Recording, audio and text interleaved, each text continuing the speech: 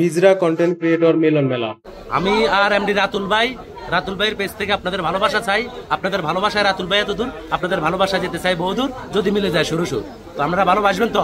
আসেননি আপনারা ভালো খাইছেন নিবাদ বাড়ির কি সংবাদ অবশ্যই কমেন্টে জানাবেন, বেশি বেশি করে সাপোর্ট করবেন। আপনাদের ভালোবাসায় নিয়ে আমরা এতদূর, আপনাদের ভালোবাসা নিয়ে আমরা যেতে চাই বহুদূর। ধন্যবাদ সবাইকে।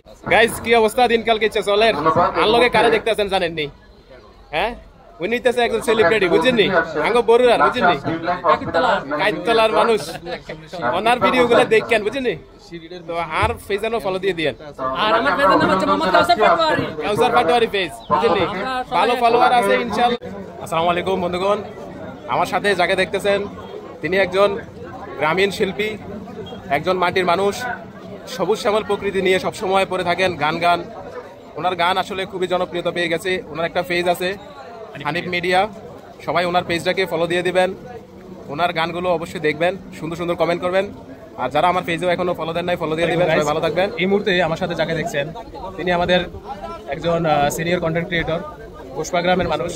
ওনার প্রত্যেকটা ভিডিও আল্লাহর রহমতে ভালো ভালো ভিউজ হয় এবং ওনার পেজটাতেও ভালো ফলোয়ার আছে।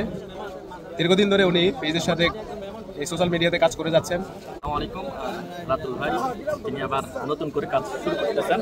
তো ওনার যে পেজটা আছে, আসলে আমরা কন্টেন্ট শিখছি ওনাদেরকে দেখে।